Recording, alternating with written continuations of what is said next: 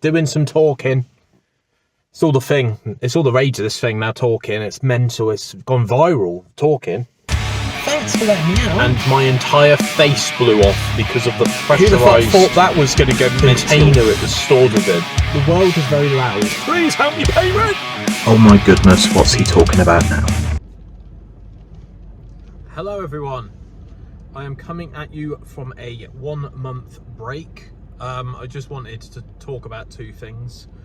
One isn't very time sensitive, one is very, very time sensitive, so I thought I'd just smash a video out whilst I go to the supermarket. So yeah, hope you're all good, hope you're enjoying your December. It is extremely turbulent weather-wise out here at the moment, so I will genuinely try to keep this as short as possible. Otherwise my car might flip because of the wind. Right, so, Sleep Token. Watched Sleep Token a few days ago now at the O2 Arena in London. First things first, let's get this out of the way early. If you are sat in a seated position at the O2 Arena and you're scared of heights, try not to think about it too much, because when I first got into the arena and found my seat, I was a bit vertigo-y, because there's like a sort of sheer drop from the arena to the people on the ground in the standing section, like the big zone that people actually watch stage. I was watching them sort of from the left side. What an unbelievable band. This is the third time me and my girlfriend have seen them, and if there's any doubt in your mind that they're not going to be very good, or you're not a massive fan of their music, trust me, go and see them live. They are the cleanest sounding band I think I've heard so far in my life. They use something called Neural DSP for the amp simulation for 3 and 4's bass and guitar, and it sounds absolutely ridiculously good live. Like, it's exactly how I hear the album, but it's like a wall of sound. And I've seen people like Devin Townsend, my favourite band, In Me. I've seen, you know, a lot of heavier bands in my life, but Vessel puts on a show every single time. There was a point where like there was a guy coming out of a trap door on the arena, because the O2 Arena's got a little bit where you can go up and down through the stage. Kind of just gives Vessel a bit of, I think he pulls out a Nintendo Switch, and during this like instrumental break in one of their songs, I can't remember which one it was now, but if you are interested in Sleep Token, I'd highly recommend you listen to Hypnosis, which is from This Place Will Become Your Tomb, which is their second album, or I would suggest The Offering, which is on Sundowning, which is their first album. If you're a fan of The Offering, them playing that song live will completely change your... Every time I talk about this, my eyes start watering, because it's unlike anything I've ever witnessed as a band.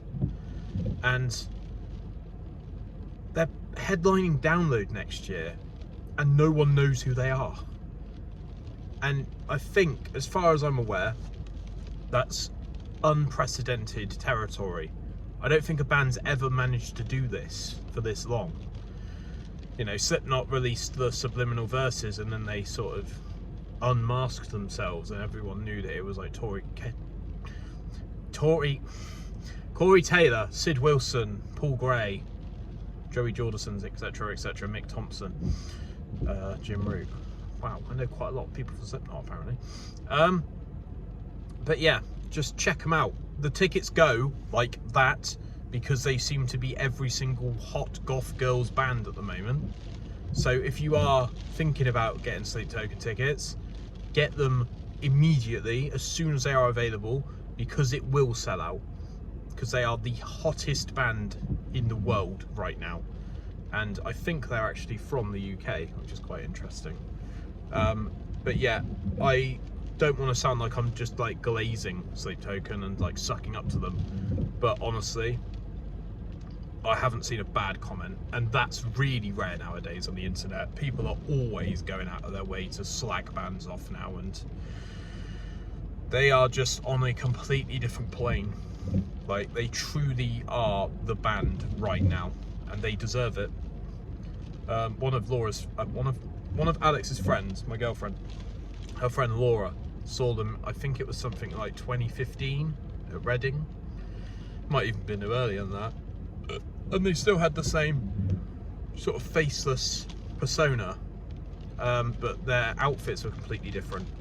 And she said when she watched them at the O2 Arena that they didn't sound that good live, which is usually how it goes. You know, you start building up gear and equipment and stuff. But yeah, the production value of their show, like the lights, check it out on YouTube. Like, it's unlike anything I've ever witnessed. Like, it's the third time I've seen them, and they are just that fucking good. So yeah, check them out. Second thing I want to say, which is the more pertinent thing, and then I'm going to leave you to it. Thankmas, Jacksepticeye's event with Crisis Text Line and Samaritans happened last night, and I watched about 40% of it live, and I was brought to tears several times because the amount of money they raise is absolutely mental, and it actually makes me want to do some charity work as part of the ABP universe, but I need to have a think about what I want to raise money for. But yeah, like, Sean, bless him, he's so selfless. He just acts as like a conduit between the charity and the money, you know. It's just, it's unbelievable how much money they raise. And last night they raised something like 3.2 million in 10 hours or something like that. I watched a lot of it today from the recording because it was going until about 6 AM if I wanted to watch all of it live. And one thing I noticed on live, and I'm genuinely not trying to bring this event down, I'm just saying what I saw. One of the things I saw on the live chat is a hell of a lot of negative comments, which is really, really strange on a charity stream. People saying, why is Markiplier not here? Why is Pokimane allowed in the building to raise money for charity when she thinks all of her fan base are poor? Which is based off of a 5-second clip on Twitch where she basically released some cookies and charged a crazy amount of money for them. And she said to someone in her stream, if you want to be a broke boy, just say. That apparently means that she's not allowed to raise any money for anything ever again, which is just completely mental. And also there was a huge surge at one point of Palestinian flags. And I just think to myself, guys, like, if you can't say anything nice, just don't say anything. Like, you can watch a charity stream without putting emojis in the chat. Like, just enjoy it for what it is. Donate £1 and just leave it. Like, we need to stop. We need to stop politicizing everything. Thankmas is about raising money for charity. It's got absolutely no bearing on Ukraine, on Russia, on Palestine, on Hamas. Like, just let things sit in their buckets and just stop. Like, Sean doesn't have the answer for you. Like, he's busy. He's said in this Thankmas thing, he said that he's actually got 2 crazy projects in 2025, to the point where I was like, mate, you must have been so stressed planning Thankmas, because, you know, Thankmas is about the community, but it's also about the guests that he can get on. Like, a couple of years back, I think it was, he got Jack Black to play Jenga with him. He's had people on his channel before, like Ryan Reynolds. Who else was it that he had on? Someone from Detroit Become Human. I can't remember his name, sorry. And he's also played Spider-Man with Tom Holland. Like, booking guests is hard, trust me. He had Ludwig on last night, and Connor Seadog, and Pokemane, and Valkyrie, and a couple of other people that I either don't know or I can't remember the name of. Ted Navision, I think it was. But hosting an event's hard. We really, really don't need everything to be negative or politicized or detracting from the main source of this content, which is raise money for charity.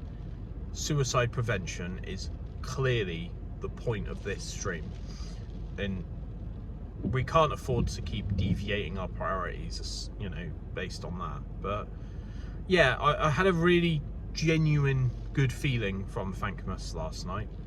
So thank you to Sean and his team for putting it all together. Also Ethan, what a legend, Ethan Nestor. Quite a lot of people had a lot of questions for him about Unus Annus, and I totally get that it was like a life-changing thing for that to exist on YouTube and then die on YouTube.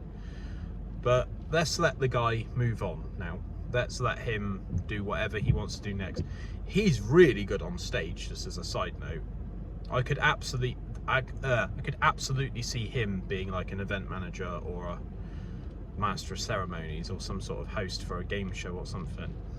But ultimately it's up to him. But I get the whole like Unus Annus thing, but it's kind of like being a one-hit wonder band. Like, we've released this one song, now let us write more songs, you know.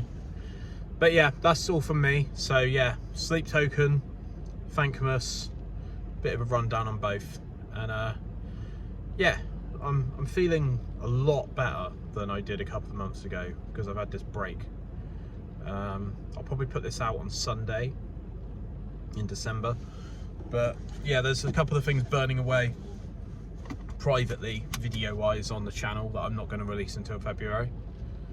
But yeah, just I feel a bit more like, ooh, stuff can wait a bit, you know. But anyway, hope you enjoyed this video. Like and subscribe if you're new. If you're not new, then just like, do what you want. I don't really have any control over what you do. But yeah, all good. Speak to you soon. Keep it bedlam. Bye bye. Absolute Bedlam. Hey guys, it's John here from Absolute Bedlam. We just wanted to take a moment to introduce you to our brand new Patreon. If you head over to Patreon now, you can get access to behind the scenes footage, ad-free content and episodes. You can even send your own requests in terms of the content you would like to see us create. All of this is available to you and more. We've got free options available to you as a patron with us. If you just want to support what we do and help build the Absolute Bedlam experience, a small fee of £1 a month, you can do just that. If you want to get access to that ad-free content, those ad-free episodes, for £5 a month, you can join the Hive. And if you want all of that and more behind the scenes footage, commission works with us, live Q&A sessions, for £10 a month, all of the madness, all of the chaos of Absolute Bedlam will be yours. So head over to Patreon now, become a patron, and join the Hive. Absolute Bedlam podcast. Who? What? Where? Why?